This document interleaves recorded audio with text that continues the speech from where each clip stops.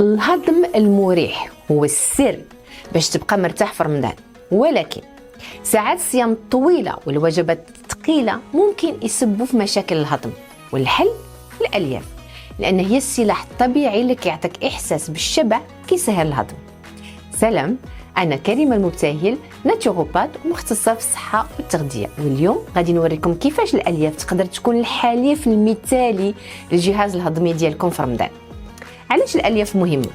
الألياف جوج الأنواع، الألياف اللي هي قابلة للذوبان اللي كاين موجودة في الشوفان وفي التفاح وفي القطاني، واللي هي كتشكل كما جال في الأمعاء وكتسهل الهضم. والألياف الغير قابلة للذوبان اللي هي موجودة في الخضار بحال السبانخ والحبوب الكامنة والبذور، اللي كتكبر حجم الفضلات وكتسهل المرور ديالها. كيفاش تدخلها في الأكل ديالك؟ في السحور كل شوفان مع بذور الشيا والفواكه الطازجه اللي كيعطي الطاقه وكيحافظ على الهضم. وفي الافطار بدا بحساء ديال الخضار وزيد معاه سلطات الكينوا او الحمص والخيار. 3. الماء ضروري باش تخدم الالياف مزيان. الالياف خاصها الماء باش تخدم بلا مشاكل، وشرب كميه كافيه من الماء ما بين الفطور والسحور كيعاون على تفادي اي اضطرابات هضميه. والهضم المريح كيعني راحة في رمضان بلا مشاكل.